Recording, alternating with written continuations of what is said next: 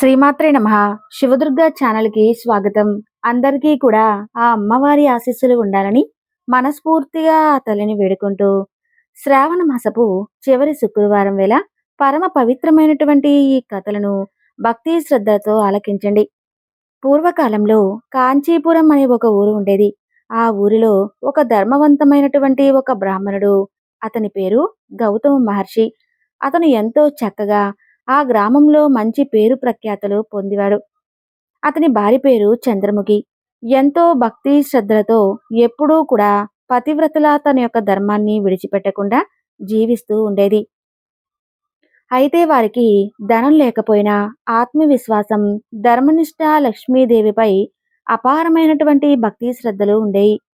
అలా వారు ఎప్పుడూ కూడా లక్ష్మీదేవి యొక్క పూజలను చేసుకుంటూ ఉండేవారు. అయితే ఒకనాడు ఆమె ఊరిలో ఉన్నటువంటి కొంతమంది మహిళలను చూస్తుంది. వారందరూ కూడా శ్రావణ మాస శుక్రవారాలు లక్ష్మీదేవిని పూజిస్తూ ఉంటారు. అయితే ఆమెకు మహా సంతోషం వేస్తుంది. కానీ తాను పూజ చేయడానికి సరిపడా ఆమె దగ్గర వస్తువులు లేవు. అయినప్పటికీ ఆమె కూరగాయలు అమ్ముతూ ఉండేది. అలా ఆ రోజు కూడా ఆమె కూరగాయలను అమ్ముకుని వచ్చినటువంటి అతి కొద్దిపాటి ధనాన్ని సంపాదిస్తుంది. ఆ డబ్బుతో ఆమె పసుపు, కుంకుమ, బియ్యం, పుష్పాలు కొనుగోలు చేసి పసుపు గౌరమ్మను లక్ష్మీదేవి యొక్క ప్రతినిధిగా తయారు చేసి భక్తితో పూజిస్తుంది. ఆమె ఆ విధంగా వ్రత సంకల్పం చేసుకుంటుంది. ఆ ఏడాది ప్రతి శుక్రవారం పూజ చేస్తానమ్మా. నీవు నా ఇంట్లో ధన సంపదకు కాకపోయినా కనీసం శాంతిగా నిలిచిపో అని చెప్పి ఆమె సంకల్పం చేసుకుని హాయిగా పూజను పూర్తి చేసింది. ఇక ఆమె భక్తిని చూసి లక్ష్మీదేవి ఎంతో ఆనందించి ఒక వృద్ధ మహిళ రూపంలో ఆమె ఇంటికి వచ్చింది. వృద్ధురాలుగా వచ్చినటువంటి లక్ష్మీదేవి ఆమెను ఈ విధంగా ప్రశ్నిస్తుంది. అమ్మా, నిన్ను చూస్తూ ఉంటే నాకు చాలా సంతోషంగా ఉంది. ఎందుకంటే నీవు ఎంతో సంతృప్తిగా ఉన్నావు. అంతేకాకుండా నీకు వచ్చినటువంటి అతి చిన్న సంపాదనతో అమ్మవారిని చాలా చక్కగా పూజిస్తున్నావు. ఇది ఎలా సాధ్యం అని అడుగుతుంది. అప్పుడు ఆమె నవ్వుతూ ఇలా చెబుతుంది. అమ్మకు వస్తువుల కంటే మనసు ముఖ్యం. భక్తితో అన్నం పెట్టిన మనసు వెండి పాత్రల కన్నా కూడా గొప్ప శ్రేష్టమని చెబుతుంది. దానికి ఆ వృద్ధురాలి రూపంలో ఉన్నటువంటి లక్ష్మీదేవి ఇలా చెబుతుంది. నిజమే, నీ నిజమైనటువంటి భక్తిని చూసి నేను ఎంతో సంతృప్తి పొందాను. నేను శ్రీ మహాలక్ష్మిని. ఇంట్లో శాశ్వతంగా ఉండటానికి ఇక్కడకు వచ్చాను అని చెబుతుంది. అప్పుడు ఆమె తక్షణమే ప్రకాశవంతమైనటువంటి రూపాన్ని ధరించి లక్ష్మీదేవిగా ఆమె ముందు ప్రత్యక్షమవుతుంది. ఇక చంద్రముఖి భయపడి ఆమెకు నమస్కరిస్తుంది. లక్ష్మీదేవి ఆమెకు ఆశీర్వదించి అక్కడి నుండి వెళ్ళిపోయింది. అలా ఆమె ఆ ఇంట్లో ఆ రోజుతో ధనం, ధాన్యం, శాంతి, ఐశ్వర్యం ఇవన్నీ కూడా ఇస్తుంది లక్ష్మీదేవి. ఇక ఆమెను చూసినటువంటి పక్కింటి వారు తనకు దక్కినటువంటి అదృష్టాన్ని కుతూహలంతో చూసి ఆశ్చర్యపోతారు. వారు కూడా ఎంతో సంతోషంగా భక్తి శ్రద్ధలతో వ్రతాన్ని పాటించడం మొదలుపెట్టారు. అలా ఆ ఊరు మొత్తం ఆ వ్రత కథ గురించి, అలాగే చంద్రముఖి చేస్తున్నటువంటి లక్ష్మీదేవి యొక్క పూజల గురించి అందరికీ తెలిసిపోతుంది. అలా లక్ష్మీదేవి ఒక వ్రత మహిమను తెలుసుకొని ఆ ఊరు వారందరూ కూడా శ్రావణ శుక్రవారం రోజున గొప్పగా లక్ష్మీదేవిని పూజించడం మొదలుపెట్టారు. కాబట్టి ఈ కథ ద్వారా మనం తెలుసుకోవలసినటువంటి సందేశం ఏమిటి అంటే, భక్తికి ధనానికి సంబంధం లేదు. లక్ష్మీదేవి ఎప్పుడైనా కానీ నిజమైనటువంటి భక్తిని మాత్రమే గుర్తిస్తుంది. పవిత్రమైనటువంటి సంకల్పం ఉంటే దేవతలు తప్పకుండా మన దగ్గరికి వచ్చి మనల్ని అనుగ్రహిస్తారు. వ్రతం అంటే ఆచరణలో భక్తి, మనస్సులో శ్రద్ధ ఉండాలి. ఇంకా మరొక శ్రావణ శుక్రవారం వ్రత కథ గురించి తెలుసుకుందాం. పూర్వం ప్రాచీన భారతదేశంలో ధర్మపురి అనే ఒక నగరంలో ఒక ధనవంతుడు ఉండేవాడు. అతని పేరు ధర్మఘృతుడు. అతనికి అపారమైనటువంటి ధనధాన్యాలు ఎన్నో ఉండేవి. అయితే ఆయన భార్య పేరు సౌమ్యలక్ష్మి. వారు నిత్యము కూడా దాన ధర్మాలు చేసుకుంటూ ఉండేవారు. అనేక వ్రతాలను పాటించేవారు. అలాగే భక్తి శ్రద్ధలతో భగవంతుణ్ణి పూజిస్తూ ఉండేవారు. అయితే వారిద్దరికీ సంతాన సౌభాగ్యం లేక ఎప్పుడూ కూడా దాని గురించి దుఃఖిస్తూ ఉండేవారు. అయితే ఒకనాడు ఒక ధర్మగుప్తుడు విపరీతమైనటువంటి వణికే వానలో ప్రయాణిస్తుండగా ఒక అడవి వస్తుంది. ఆ అడవిలో ఉన్నటువంటి ఒక పాత శివాలయం వద్ద విశ్రాంతి తీసుకుంటారు. ధర్మగుప్తుడు అక్కడ ఒక వృద్ధ సన్యాసిని తపస్సు చేస్తూ కనిపిస్తాడు. ధర్మగుప్తుడికి అయితే ఎంతో వినయంతో సాష్టాంగ నమస్కారం చేసి ఆ సన్యాసికి తన యొక్క బాధంతా కూడా వివరించి చెబుతాడు. అప్పుడు ఆ సన్యాసి శ్రావణ మాసంలో శుక్రవారాలు మహాలక్ష్మికి దేవి ఎంతో ప్రీతికరం. మరి ఆ రోజున ఉపవాసంతో అమ్మను పూజించి ఆమె కథను శ్రద్ధగా వినాలి. లక్ష్మీదేవి సంతానదాయకురాలే కాకుండా ఐశ్వర్యప్రదాయిని కూడా. కాబట్టి ఈ విధంగా నీవు శ్రావణ మాసంలో వచ్చేటటువంటి శుక్రవారం నాడు మహాలక్ష్మీదేవిని కడు శ్రద్ధతో భక్తి శ్రద్ధలతో ఆ తల్లిని పూజించు అని చెప్తాడు. అతను వెంటనే ఇంటికి వచ్చి సౌమ్యలక్ష్మితో కలిసి వ్రతం ఆచరించడం ప్రారంభిస్తాడు. అలా వారు ప్రతి శుక్రవారం నాడు ఇంటిని శుభ్రంగా ఉంచుకునేవారు. పసుపుతో అమ్మవారిని అలంకరించేవారు. పూలతో పూజ చేసి పాయసం, అప్పాలు నైవేద్యంగా సమర్పించేవారు. వ్రత కథను చెప్పుకునేవారు. పూజ అనంతరం బ్రాహ్మణులు స్త్రీలకు చక్కగా దక్షిణ తాంబూలాలు ఇచ్చేవారు. ఇక 8వ శుక్రవారానికి లక్ష్మీదేవి వారికి స్వప్నంలో ప్రత్యక్షమై, మీ భక్తికి నేను ప్రసన్నమయ్యాను. మీ ఇంటి ఆడపిల్లగా అతి త్వరలోనే జన్మించబోతున్నాను అంటూ వరమిస్తుంది. అనుకున్నట్లుగానే కొద్ది కాలంలో సౌమ్యలక్ష్మి గర్భవతిగా మారింది. పండంటి ఆడపిల్లకు జన్మించింది. ఇలా ఆమె పుట్టినరోజు నుండి ఇంట్లో ధనవర్షం ప్రారంభమైంది.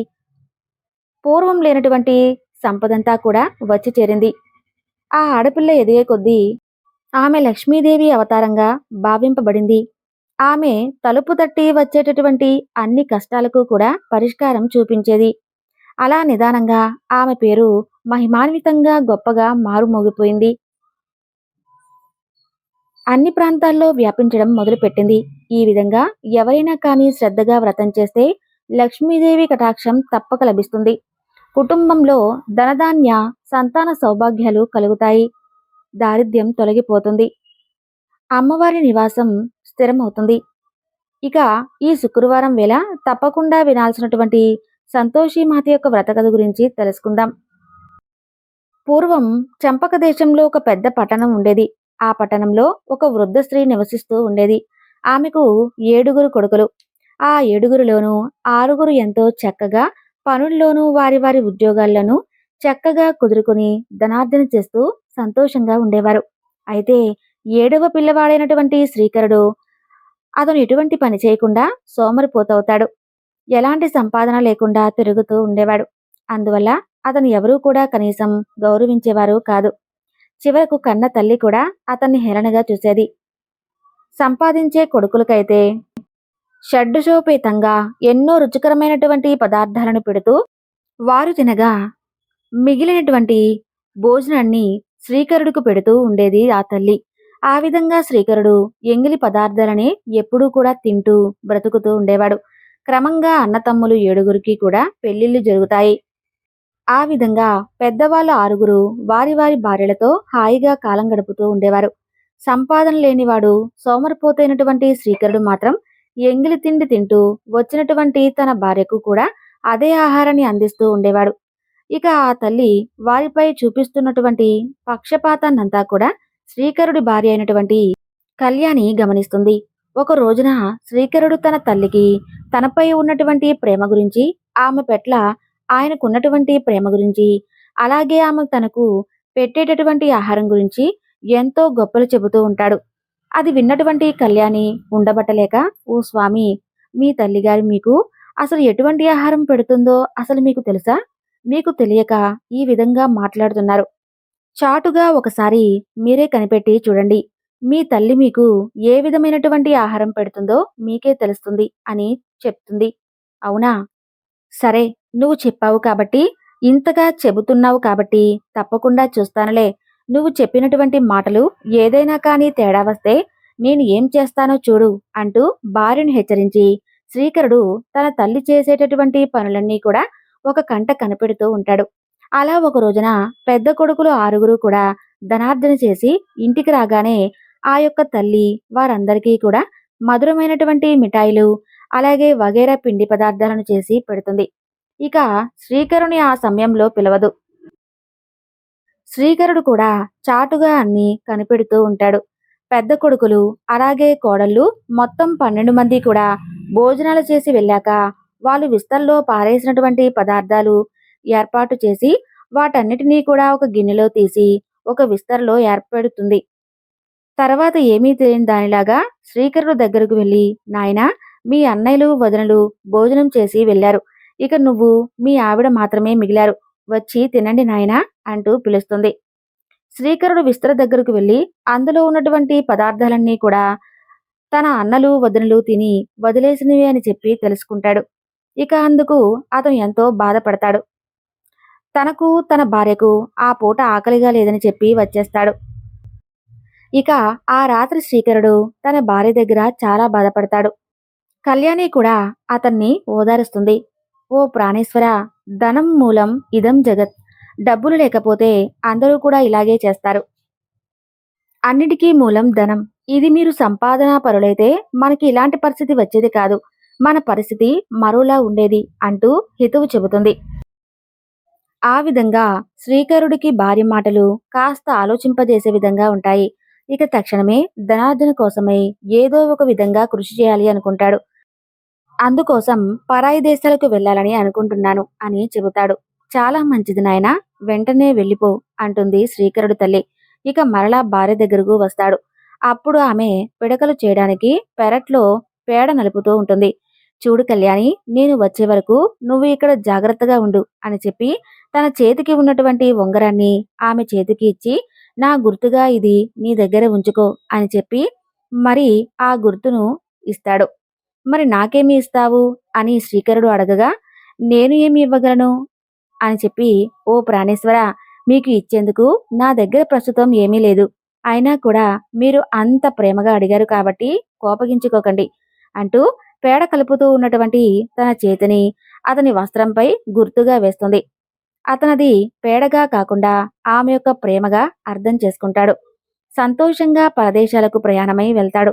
అలా కొన్నాళ్ళు పరాయి దేశానికి చేరి అందులో ఒక పట్టణానికి వెళ్ళి ఒక వ్యాపారస్తుడి దగ్గర అతన్ని కలిసి తనకేదైనా కాని ఉద్యోగం ఇప్పించమంటూ ప్రాధేయపడతాడు. అప్పుడు ఆ వ్యాపారి అతనికి అతని శ్రీకరుని చూసి మనసు కరిగి, జాగ్రత్తగా ఉండాలి సుమా, తప్పకుండా నీకైతే నేను ఏదో ఒక పని అయితే ఇస్తానంటూ ఒక పనిని కల్పించి హెచ్చరించి శ్రీకరుడికి అక్కడే ఒక పనిచ్చి శ్రీకరుడు ఆ పనిని చక్కగా చేసే విధంగా అన్ని విధాలుగా సహాయం కూడా చేస్తాడు. ఇక ఆ విధంగా శ్రీకరుడు కూడా ఎంతో నమ్మకంగా తన పని తాను చేసుకుంటూ ఉండేవాడు. ఆ విధంగా అతని పనితనానికి, విశ్వాస పాత్రతకు మెచ్చుకొని ఆ వ్యాపారస్తుడు శ్రీకరుడుకు తన వ్యాపారంలో కొంచెం వాటా కూడా ఇస్తాడు. ఆ విధంగా శ్రీకరుడు ఇంకా అతను చక్కగా మెప్పించి పనిచేస్తూ వ్యాపారాన్ని ఇంకా వృద్ధి చేస్తూ ఉండేవాడు. సంవత్సరాలు గడిచిపోతాయి. ఆ వ్యాపారస్తుడు కూడా ముసలివాడైపోతాడు. అందువల్ల తన యొక్క వాటా ధనం మాత్రం తాను తీసుకుని తగినటువంటి వ్యాపారాన్ని శ్రీకరుడికి అప్పగించి అతను విశ్రాంతి తీసుకుంటాడు. ఇక శ్రీకరుడు స్వతంత్ర వ్యాపారస్తుడవుతాడు. అమితమైనటువంటి ధనవంతుడై సుఖంగా కాలం గడుపుకుంటూ ఉంటాడు. ఇక్కడ అత్తవారింట్లో కళ్యాణి ప్రతిరోజు కూడా నానాటికి బాధలు పెరిగిపోతూ ఎంతో చింతిస్తూ ఉండేది. అత్తగారు ఆమెను అనేక విధాలుగా కష్టాలు పెడుతూ ఉండేది. ఇక ఇంట్లో ఉన్నటువంటి పనంతా కూడా చేయిస్తూ ఉండేది. తర్వాత కనీసం కొద్దిగా అన్నం కూడా పెట్టేది కాదు. అందువలన కళ్యాణి అడవికి వెళ్ళి ప్రతిరోజు కూడా కట్టెలు కొట్టుకుని అమ్ముకొని ఆ వచ్చినటువంటి దాంతో జీవనాధారం గడుపుకుంటూ ఉండేది. ధనార్జనకై వెళ్ళినటువంటి భర్త ఎప్పుడు వస్తాడా, తన కష్టాలు ఎప్పుడు తీరుతాయా అనుకుంటూ పాపం ఎప్పుడూ కూడా ఎదురు చూస్తూ బాధపడుతూ ఉండేది. కళ్యాణి ఇలా ఉండగా ఒకనాడు కళ్యాణి కట్టెలు కట్టుకుని తలపై పెట్టుకుని వస్తూ ఉండగా మధ్యలో ఆమెకి దాహం వేస్తుంది. తర్వాత అక్కడ ఉన్నటువంటి చెరువు గ్రామానికి వచ్చేసరికి ఓపిక మొత్తం నశించిపోతుంది. ఇక ఏదో విధంగా ఓపికతో అలా నడుస్తూ ఉంటుంది. ఆ గ్రామంలోకి రాగానే ఒకరి ఇంటికి వెళ్ళి మంచినీళ్లు అడగబోయినటువంటి ఆ సమయంలో ఆ ఇంటివారు సంతోషీమాత వ్రతం చేసుకుంటూ ఉంటారు. ఆ యొక్క వ్రత మహిమ చూస్తూ ఆమె దాహం కూడా మర్చిపోయి ఆ పూజ మొత్తం కూడా పూర్తయిందాకా అక్కడే ఉండి చక్కగా కథ చెప్పేంత వరకు విని ప్రసాదం కూడా తీసుకుంటుంది. ఇక తనకు కూడా ఆ వ్రతం చేసుకోవాలని చెప్పి కోరిక కలుగుతుంది. వ్రత విధానం అంతా కూడా వారిని అడిగి తెలుసుకుంటుంది. అందుకే ఆ ఇల్లాలు కళ్యాణిని చూసి, ఓ సౌభాగ్యవతి, ఇది సంతోషి వ్రత మహత్యం. దీనిని ప్రతి శుక్రవారం నాడు భక్తి శ్రద్ధలతో చేయాలి. అలా 40 శుక్రవారాల పాటు ఈ వ్రతాన్ని చేసి 41 శుక్రవారం నాడు ఉద్యాపనం చేసుకున్నట్లయితే ఆ తల్లి అనుగ్రహం వల్ల కోరిన కోరికలన్నీ తీరి నిత్య సంతోషంగా జీవించగలుగుతారు. ఈ వ్రతం చేసిన వారు తప్పకుండా శుక్రవారం నాడు పులుపు పదార్థాన్ని మాత్రం తినకూడదు అంటూ నియమాలను అలాగే ఉద్యాపన విధానాన్ని తెలియజేస్తుంది. ఇక కళ్యాణి ఆ విషయాలన్నిటినీ కూడా పూర్తిగా అర్థం చేసుకుని మనసులోనే అమ్మవారికి నమస్కరించుకొని కట్టెల మోపు ఎత్తుకొని బయలుదేరుతుంది. అలా వెళుతూ ఉండగా మార్గ మధ్యంలో ఒక భాగ్యవంతురాలైనటువంటి ఒక స్త్రీ పిలిచి ఆ కట్టెల మోపును కొనుక్కొని ఆమెకు కొంత ధనం అందిస్తుంది. అది చూసినటువంటి కళ్యాణి ఎంతో సంతోషంతో అదే రోజు సంతోషీమాత పూజ జరుపుకోవాలని చెప్పి నిర్ణయించుకొని ఆ ధనంతో అమ్మవారికి కావలసినటువంటి పూజా ద్రవ్యాలన్నీ కూడా తీసుకొని బయలుదేరుతుంది. ఇక మార్గ మధ్యలో ఆ ధనంతో అమ్మవారికి కావాల్సినటువంటి పూజా ద్రవ్యాలన్నీ కూడా తీసుకుని బయలుదేరుతుంది. ఆమెకు మార్గమధ్యంలో వెళ్తూ ఉండగా ఒక దేవాలయం కనిపిస్తుంది. అక్కడ ఉన్నవారిని ఆ దేవాలయం ఏ దైవానిది అని అడుగుతుంది. అక్కడ వారది చాలా మంది కూడా సంతోషీమాతి దేవాలయం అని చెప్పి చెబుతారు. వెంటనే కళ్యాణి అమితమైనటువంటి సంతోషంతో ఆ యొక్క గుడిలోకి వెళ్ళి అమ్మవారిని దర్శనం చేసుకుని అనేక విధాలుగా అమ్మవారిని ప్రార్థించి తాను తెచ్చినటువంటి పదార్థాలన్నీ కూడా అమ్మవారికి నివేదన గావించి ప్రసాదం తీసుకుని ఇంటికి వెళ్తుంది. అది మొదలుగా ఎంతో నియమంగా ప్రతి శుక్రవారం నాడు సంతోషీమాతను పూజిస్తూ వ్రత నియమాలన్నింటినీ కూడా తూచా తప్పకుండా పాటిస్తూ కాలం గడుపుతూ ఉంటుంది. అలా కొన్ని రోజులు గడపాక ఒక శుక్రవారం రాత్రి సంతోషీమాత కళ్యాణికి కలలో కనిపించి, అమ్మాయి, ఇదిగో నీ భర్త చిరునామా అంటూ ఒక చీటిని విడిచిపెట్టి వెళ్ళిపోతుంది. కళ్యాణికి వెంటనే మెలకువ వచ్చి చూడగా కలలో అమ్మవారు ఇచ్చినటువంటి చిరునామా కాగితం తన పక్కలో ఉంటుంది. ఆ అమ్మవారి దయకు మహత్యానికి ఎంతో సంతోషించి ఆ చిరునామాలో ఉన్నటువంటి విధంగానే తన భర్తకు ఒక లేఖ రాస్తుంది. ఆ విధంగా కళ్యాణి ఉత్తరం రాసిన తర్వాత అనతి కాలంలోనే శ్రీకరుడు వద్ద నుండి ఆమెకు కొంచెం ధనం అలాగే ఉత్తరం వస్తుంది. ఆ విధంగా భర్త నుండి ఉత్తరాలు రావడం వల్ల తన కష్టాలన్నీ కూడా తీరినట్లే అనుకుని కళ్యాణి ఎంతగానో ఆనందిస్తూ ఉండేది. అలా ఉండగా తన కోడలైనటువంటి కళ్యాణికి ఎక్కడి నుంచో కానీ డబ్బులు ఉత్తరాలు వస్తున్నాయని చెప్పి అత్తగారు పసిగట్టి ఆ విషయం గురించి తన పెద్ద కోడలతో చెబుతుంది. అలా ఎవరు తీసుకొచ్చేస్తున్నారు ఉత్తరాలు, డబ్బు అనుకుని వారందరూ కూడా మాట్లాడుకొని ఆరా తీయాలని చెప్పి పిల్లలను ఆమె వద్దకు పంపిస్తారు. ఇక పిల్లలు కళ్యాణి వద్దకు వెళ్ళి నీకు ఉత్తరాలు డబ్బులు ఎక్కడి నుండి వస్తున్నాయి అని అడుగుతారు.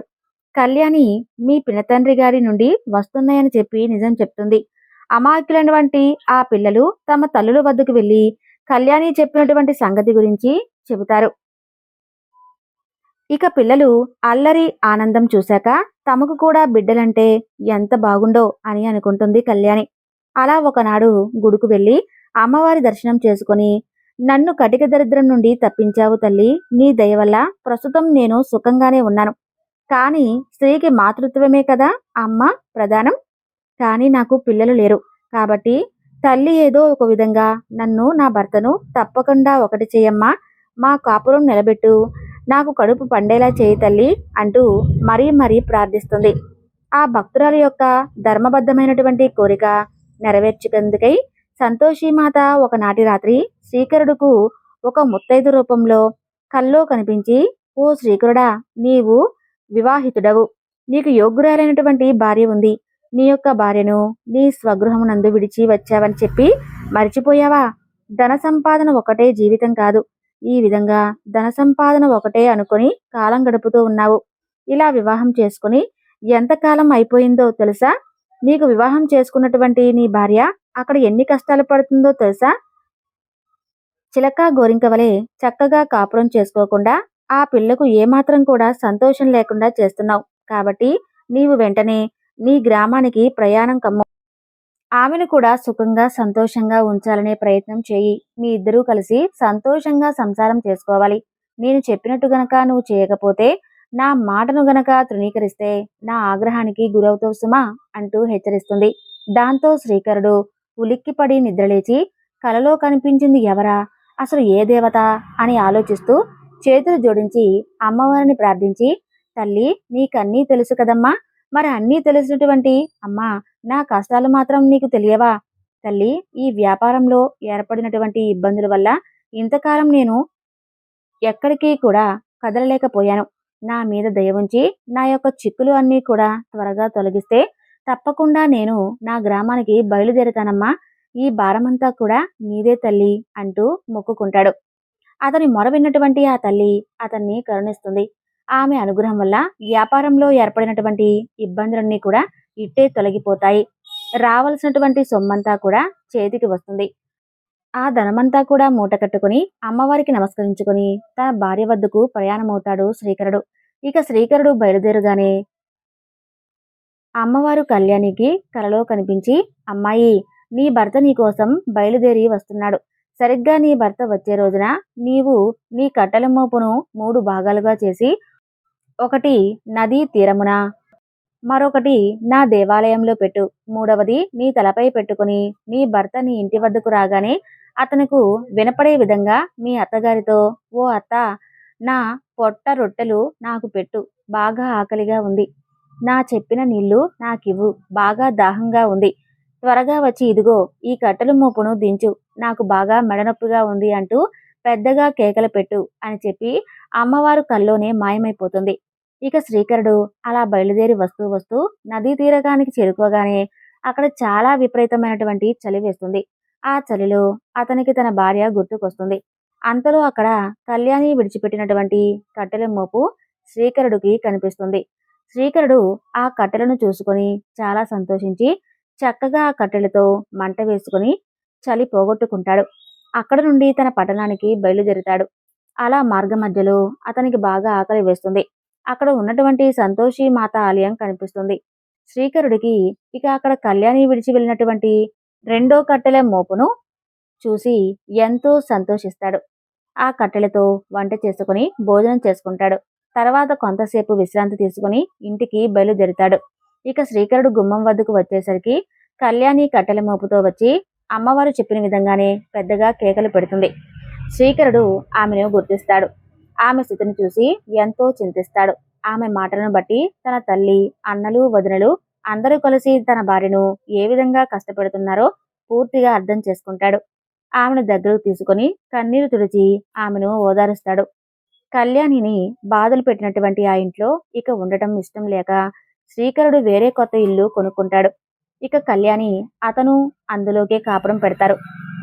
ప్రతి శుక్రవారం నాడు సంతోషిమాత వ్రతం చేసుకుంటూ ఆ దంపతులు ఎంతో ఆనందంగా జీవిస్తూ ఉండేవారు. అంతలో అమ్మవారి వ్రతానికి ఉద్యాపన చేయాల్సినటువంటి సమయం వచ్చేసింది. ఆ ఉద్యాపన ఎంతో ఘనంగా చేయాలి అనుకుంటుంది కళ్యాణి.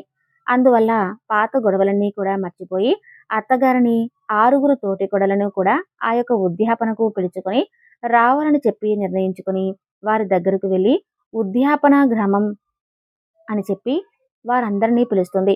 అయితే తోటి కోడలకు, అత్తగారికి మాత్రం కళ్యాణి మీద ఉన్నటువంటి కోపం అస్సలు తగ్గదు. ఎలాగోలాగా ఆమెను కష్టపెట్టాలి అనుకుంటారు. ఆమె చేసినటువంటి వ్రతానికి భంగం కలిగించాలని చెప్పి నిర్ణయించుకుంటారు. అందుకోసం వాళ్ళు నియమం తప్పి కళ్యాణికి తెలియకుండా చాటుగా పులుపు పదార్థాలను వండినటువంటి ఆ వంటల్లో కలుపుతారు. అంతటితో కళ్యాణికి వ్రతభంగం జరుగుతుంది. వ్రత నియమాలను విరుద్ధంగా ఆ విధంగా పులుపు తిన్నందువల్ల సంతోషిమాత ఆగ్రహిస్తుంది. ఆ కారణంగా శ్రీకరుడిపై లేనిపోని అబండాలు పడతాయి. కొంతమంది రాజభటులు వచ్చి శ్రీకరుణ్ణి బంధించి తీసుకుని వెళ్తారు. కళ్యాణి సంతోషిమాత పాదాలపై పడి ఎంతో బాధపడుతూ ఉంటుంది. తన భర్తను రక్షించమంటూ ప్రార్థిస్తుంది. పరమ కరుణామయి అయినటువంటి ఆ తల్లి కళ్యాణి నిర్దోషి కాబట్టి ఆమెను అనుగ్రహిస్తుంది. అందువలన వెంటనే శ్రీకరుడు కూడా బంధ విముక్తుడై ఇంటికి తిరిగి వస్తాడు. తిరిగి మరలా ఆ దంపతులు ఆనందంగా కాపురం చేసుకుంటూ ఉంటారు. అలా ఒకనాడు కళ్యాణిని ఆ అమ్మవారు పరీక్షించాలని చెప్పి ఒక పిచ్చి బిచ్చగత్త వలె మారువేషాన్ని ధరించి ఒక చేత్తో బెల్లము, ఒక చేత్తో శనగలు తింటూ నోటి వెంట విపరీతమైనటువంటి సొంగ కార్చుకుంటూ వస్తుంది. ఇక ఆమె నోటిపైన చేతులపైన ఈగలు ముసురుతూ ఉంటాయి. ఆమె చూసేందుకు వికృత రూపంలో ఉంటుంది. అలా వికృత రూపంలో ఉన్నటువంటి ఆమె కళ్యాణి ఉన్నటువంటి వీధిలోకి వస్తుంది. వీధిలో పోయేటటువంటి పిల్లలు, ఆడుకునే పిల్లలు ఆమెను చూసి దెయ్యం దెయ్యం అంటూ పెద్దగా కేకలు వేసి ఆమె పైన రాళ్ళు రుబ్బుతూ ఉంటారు. ఇక పిల్లలు ఆమె మీదకు విసిరినటువంటి రాళ్ళన్నీ వెళ్ళి కళ్యాణి వాళ్ళ బావలకు, వారి తోటి కోడలకు తగులుతూ ఉంటాయి.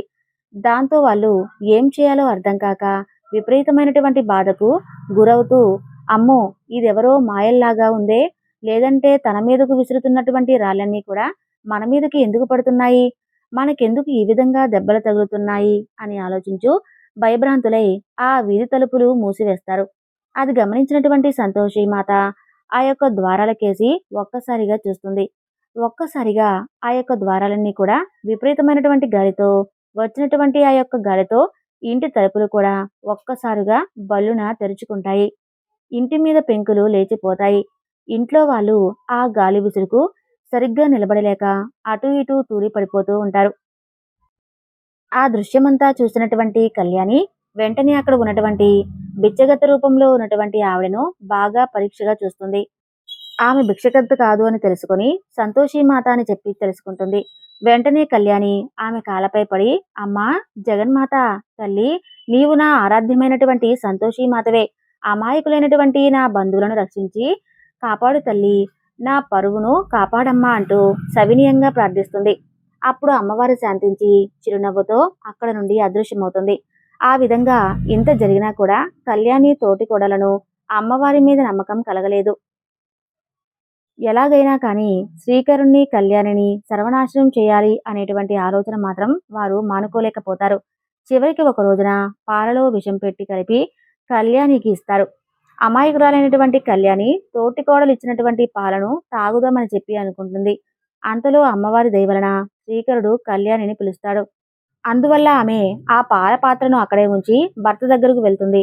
అదే సమయంలో అటుగా వచ్చిన శ్రీకరుడి అన్న కొడుకు ఆకలిగా ఉందని చెప్పి అక్కడ ఉన్నటువంటి పాలన్నీ కూడా గబగబా తాగేస్తాడు. తాగిన వెంటనే ఆ పిల్లవాడు పెద్ద పెద్దగా కేకలు పెడుతూ వెంటనే నేలపై పడి చనిపోతాడు. కుర్రవాడి ఆర్తనాదాలు విని అతని తల్లి అక్కడికి వస్తుంది. కళ్యాణియే పాలలో విషం కలిపి తన కొడుకు ఇచ్చి చంపేసిందంటూ ఊరువాడా వినిపించే విధంగా పెద్ద పెద్దగా కేకలు వేస్తూ అరుస్తూ కొడుకు చావుకు కళ్యాణియే అంటూ కారణం కొడుకు శవం మీద పడి పెద్ద పెద్దగా ఏడుస్తూ ఉంటుంది. అది విన్నటువంటి ప్రజలందరూ కూడా కళ్యాణి శ్రీకరుణ్ణి నానా విధాలుగా మాటలంటూ ఉంటారు.